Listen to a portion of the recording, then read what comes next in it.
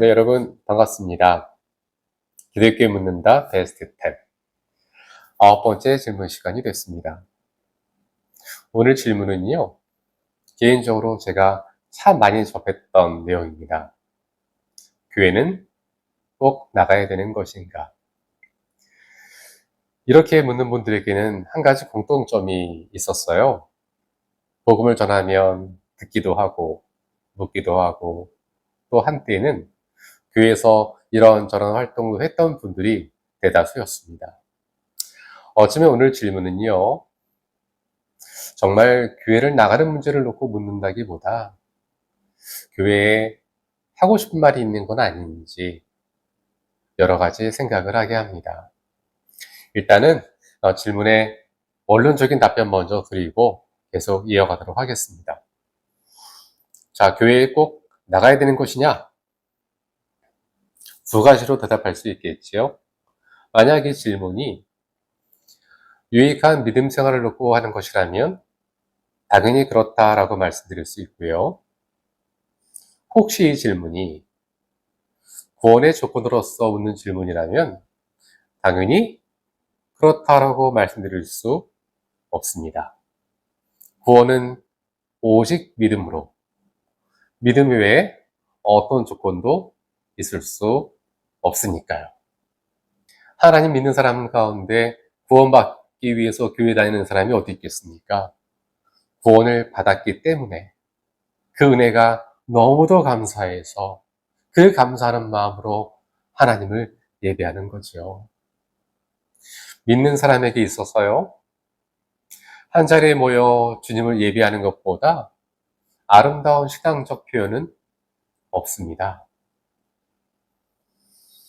흔히 말하는 좋은 일, 어려운 사람을 도와주고 구제활동을 하고 의료봉사를 하고 이 같은 일들은요, 믿고 안 믿고의 차원을 넘어서 누구라도 해야 될 일이겠지만 하나님을 예배하는 것은 아무나 할 수 있는 일이 절대 아닙니다.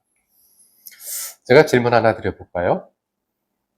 여러분들은 왜 일을 하시나요? 저마다 궁극적인 목적이야 깊은 뜻이 있을 수 있겠지만 일을 하는 1차적인 목적은 돈을 벌기 위해서겠죠. 가령 청소 일을 하시는 분들이 지구를 깨끗하게 하려고 청소하는 건 아니지 않습니까? 일을 하는 1차적인 목적은 돈을 벌기 위해서입니다. 참 재미난 게요, 교회에서 행하는 그 세례나 성만찬 같은 예전의 의미를 살펴보면 헬라어 라오스와 에르고스의 기원을 두고 있습니다. 근데 이 두 단어를 합쳐서 번역을 하면 보통 사람들의 일, 평신도의 노동이라는 의미를 가지고 있습니다. 즉, 일은 단순히 돈을 벌기 위한 행위의 차원을 넘어서 영혼의 작품이다라는 평가를 내리고 있다는 거예요. 생각해 보십시오. 우리 일할 때 어디 일만 하면 되나요? 일을 하기 위해서 자신의 삶을 절제할 수 있어야 됩니다. 자신을 계속해서 발전시켜 나가야 되고요. 표현이 좀 그렇습니다만 더러운 꼴을 당해도 참아내야 되죠. 미운 사람, 싫은 사람과도 함께 할 수 있어야 되고 어떠한 어려움, 난관을 부딪혀도 헤쳐나가야 되고 극복해 나가야 됩니다. 이런 모든 것들이 복합적으로 어우러져서 어떤 일의 숨은 그림이다라고 정리할 수 있습니다. 그래도 어디까지나 일은 돈을 벌기 위함이라는 목적을 가지고 있습니다. 하지만 예배는 어떤가요? 돈을 벌기는커녕 예물 드려가매, 자기 시간 써가매, 봉사활동해 가매, 알아주는 이 아무도 없어도 감사하다고 찬양까지 부르며, 아니 이게 과연 아무나 할 수 있는 것이겠습니까? 우상을 세워놓고 절을 하는 사람들은요, 최소한 어떤 것이든 간에 자기 목적을 가지고 있습니다. 하지만 예배는 그렇지가 않습니다. 예배는요, 그 예배 자체가 하나님의 은혜이고 하나님의 영광이니까요. 즉, 우리가 한 자리에 모여 예배를 드리는 것은요, 우리의 선택사항이 아니라 믿음을 통해 하나님의 선택을 입은 자들의 특권이고 그 자체가 축복이라는 사실을 꼭 기억하시기 바랍니다. 요건데 만민의 기도하는 집이라 일컫는 교회가 꼭 나가야 되는 것인가 말아야 되는 것인가 이 같은 질문의 대상이 될 수는 없습니다. 차라리 나도 주님을 예배할 수 있을까? 스스로에게 물어보시라 말씀을 드리고 싶습니다. 오늘 같은 질문이 왜 나오는지, 아니, 왜 나올 수밖에 없는지 잘 알고 있습니다. 너무너무 잘 알고 있습니다. 내가 너희 절기들을 미워하여 멸시하며 너희 성회들을 기뻐하지 아니하나니 너희가 내게 번제나 소제를 드릴지라도 내가 받지 아니할 것이요 너희의 살찐 희생의 화목제도 내가 돌아보지 아니하리라. 내 노랫소리를 내 앞에서 그칠지어다. 내 비파소리도 내가 듣지 아니하리라. 오직 정의를 물같이 공의를 마르지 않는 강같이 흐르게 할지어다. 제 가슴을 치면서 엉엉 울었던 말씀입니다. 정말 엉엉 울었던 말씀이에요. 왜냐면 마치 꼭 저한테 하시는 말씀 같았거든요. 교회가 교회 같지 않고 예배가 예배의 참 의미를 상실해가는 이 시대에 결코 피해갈 수 없는 말씀이겠죠.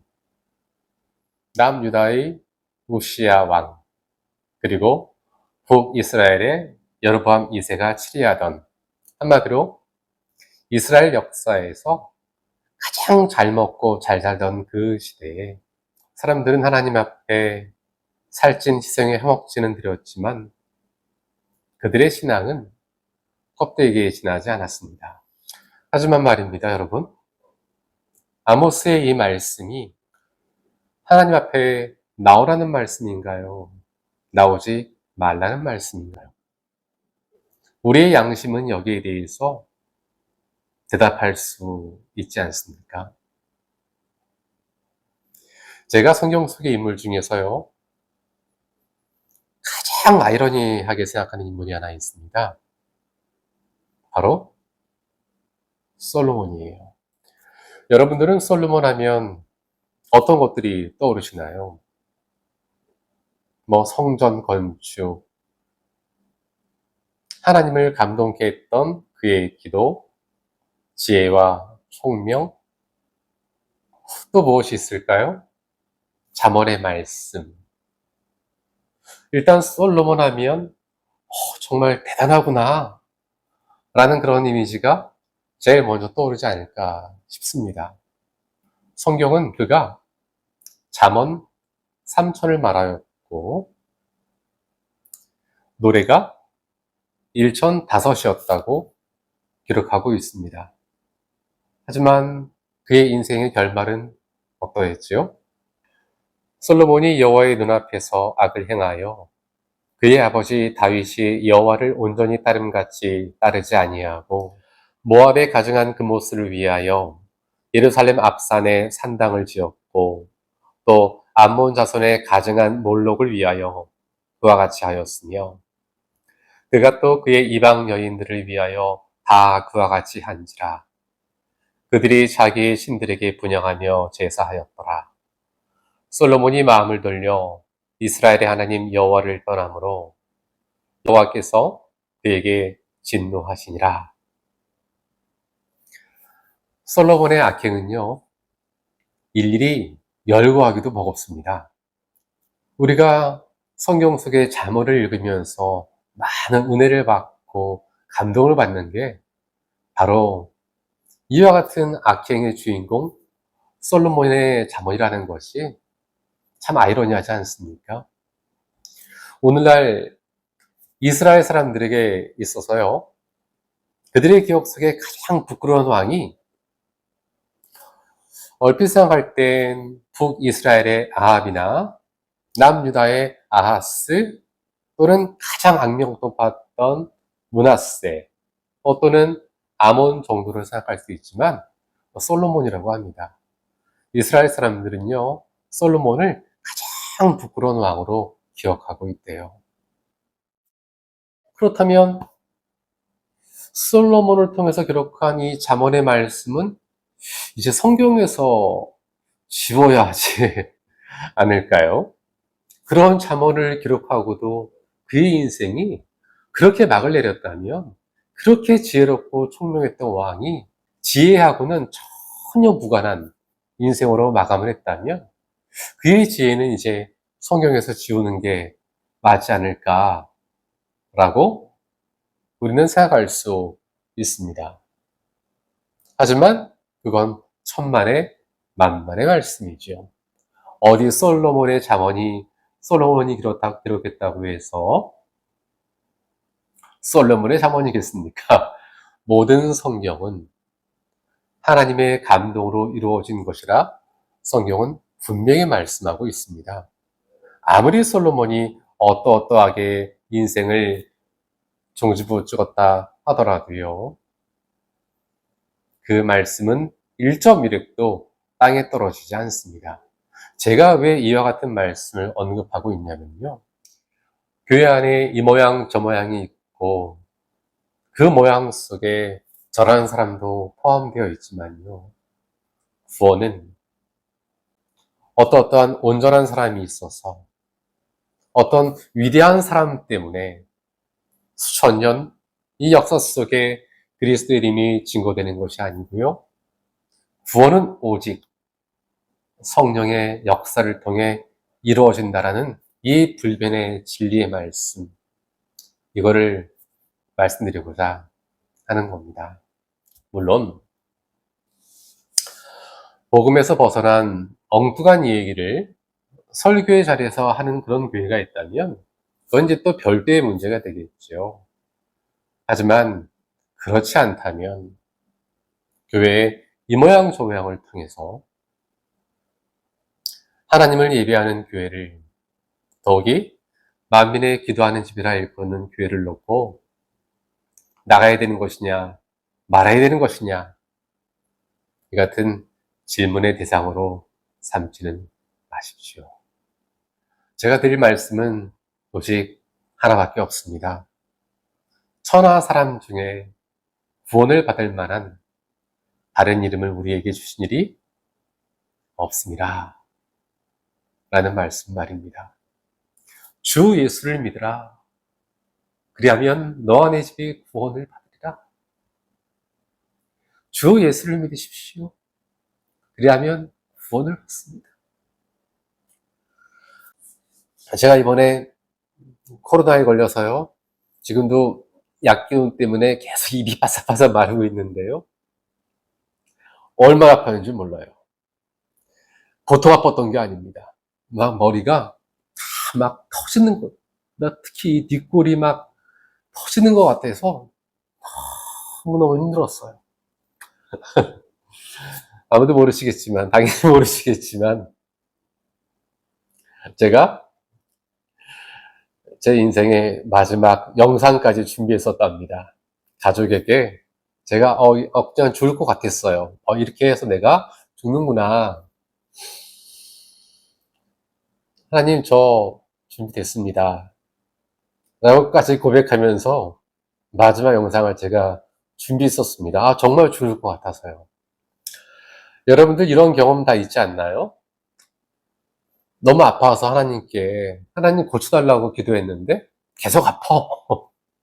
우리 애가 어디가 아파서 막 기도해 가서 했는데 그래도 아파.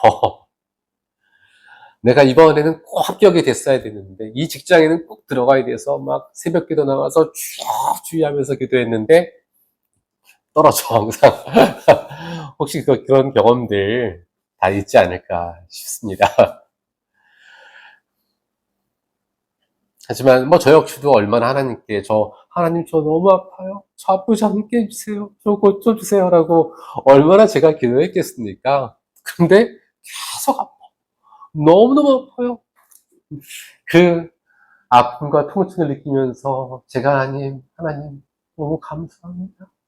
제가 이렇게 아파서 감사합니다. 그리고 마지막에는 오늘 내가 죽을 수 있겠구나. 내가 준비해야 되겠구나라는 생각이 들어서 마지막 핸드폰을 들고 영상을 찍으면서 나겠던 뭐, 제가 이제 그걸 보여드릴 일은 없겠네요.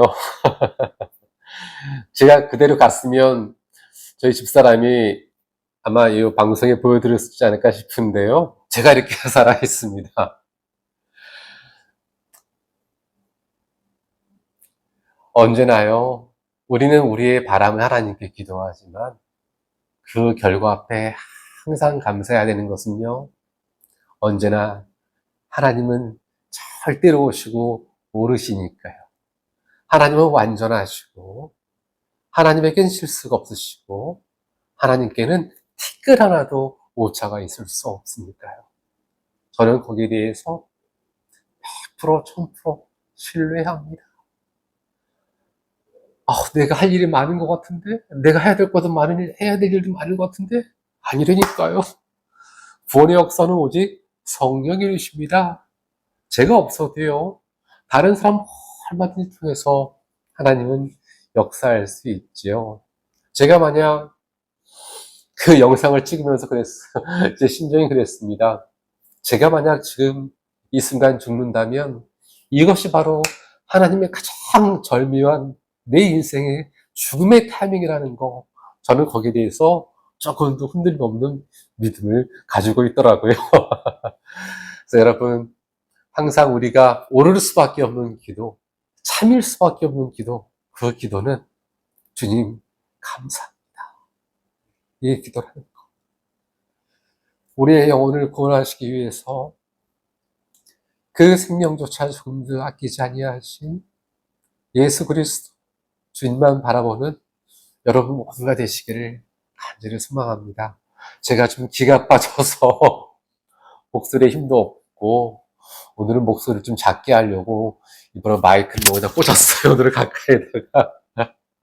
그래서 방송을 보시면서 오늘 좀 많이 불편하시지 않았을까 생각이 되는데요. 모쪼록 여러분들은 아프지 마시고 항상 건강하게 하나님 안에서 축복이 넘치는 삶이 되시기를 간절히 소망합니다. 감사합니다.